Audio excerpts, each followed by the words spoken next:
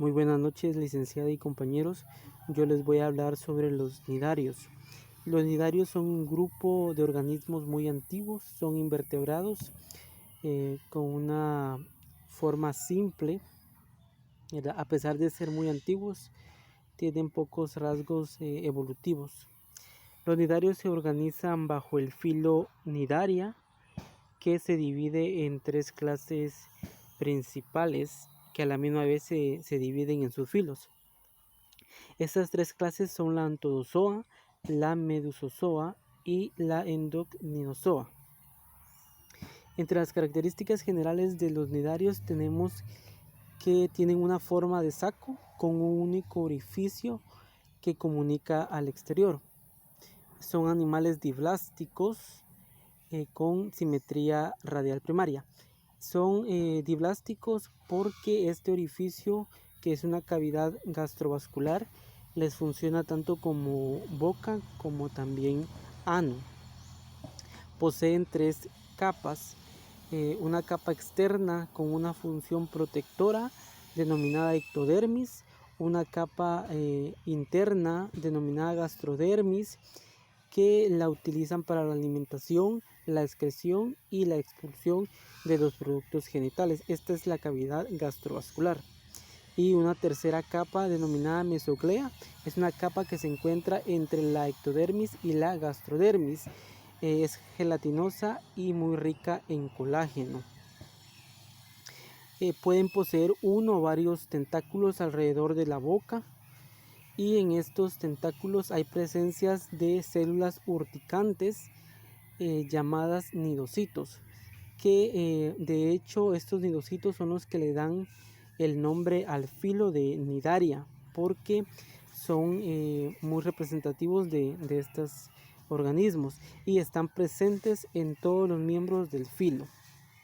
El sistema nervioso de los nidarios es una sola red que se extiende por todo el cuerpo. Tienden al polimorfismo, es decir, que se pueden presentar de diferentes formas, pero por lo general son formas coloniales. Viven ya sea de forma individual o en colonias. Pueden estar fijados al sustrato, serían las formas sésiles, o bien libres. En ocasiones también hay fases planctónicas que si bien son móviles, pero necesitan ser arrastrados por las corrientes marinas, ¿verdad? No poseen aparato excretor, tampoco aparato respiratorio ni aparato circulatorio. Todas estas funciones se realizan a través de la cavidad gastrovascular o de la ectodermis. Por ejemplo, el proceso de respiración captan el oxígeno que entra en contacto con la cavidad gastrovascular y las células lo absorben. Son esencialmente organismos marinos, el 99%, el resto son de agua dulce, pero siempre viven en ecosistemas acuáticos. Se conocen aproximadamente 10.000 especies de tamaño variable que pueden ir desde los 1 milímetro hasta 1 metro de diámetro en algunas medusas, o hasta 3 metros de diámetro en algunos pólipos. La alimentación de los nidarios es mayormente de otros animales, es decir, son animales carnívoros, y prácticamente todas las especies de nidarios son depredadoras. Como les decía, ¿verdad? Las células urticantes les sirven para esto, que sea para defenderse o para cazar otros organismos y alimentarse. En el caso de la reproducción, los nidarios pueden tener una reproducción asexual o sexual. La reproducción asexual a su vez puede ser por gemación y por estrubilación. La reproducción asexual la realizan los pólipos, como podemos ver acá en el esquema.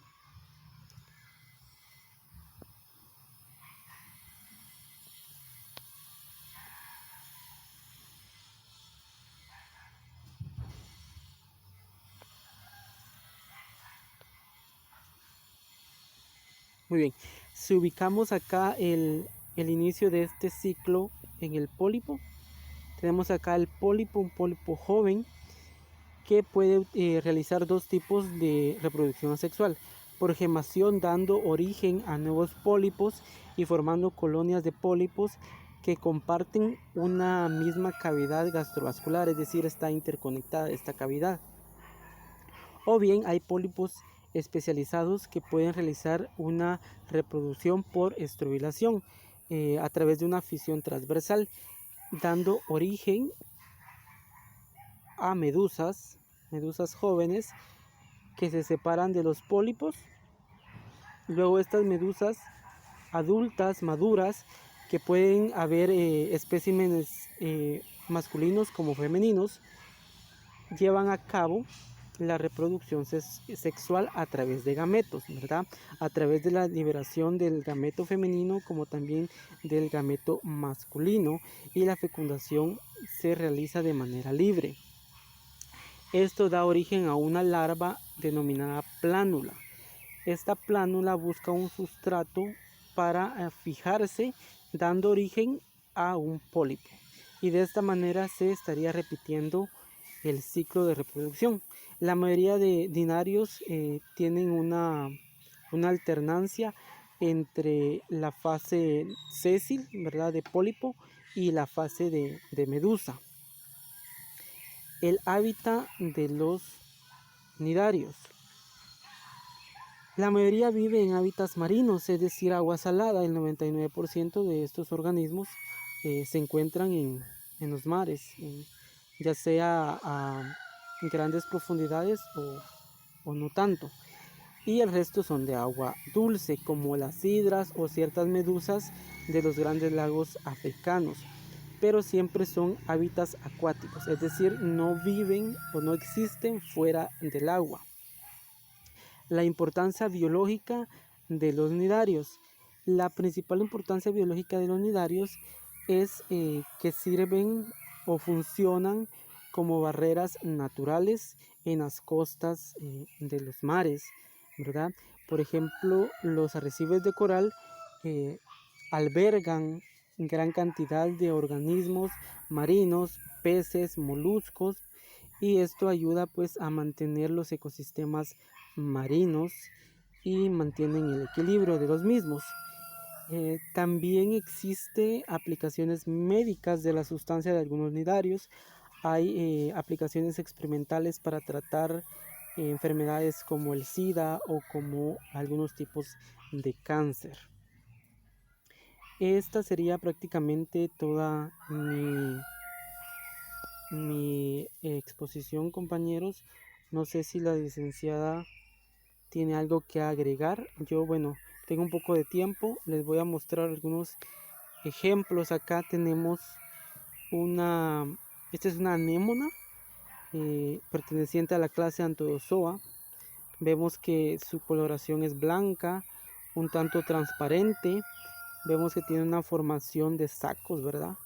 El siguiente es una medusa perteneciente a la clase de la Medusozoa. Es una Decipozoa. Vemos acá en estas áreas estos puntos blancos, ¿verdad?, en donde se ubican las células urticantes que contienen los arpones, ¿verdad?, con los que estos organismos pues atacan a otros organismos para alimentarse o para defenderse. Y por último tenemos aquí un ejemplo de un endocnidozoo, que son endoparásitos, ¿verdad? Acá es interesante porque podemos ver la estructura gastrovascular. Acá podemos ver cómo hay una interconexión entre estas cavidades gastrovasculares, ¿verdad? Y bueno, esto sí sería todo de mi parte, compañeros, y licenciada, no sé si tiene algo más que agregar.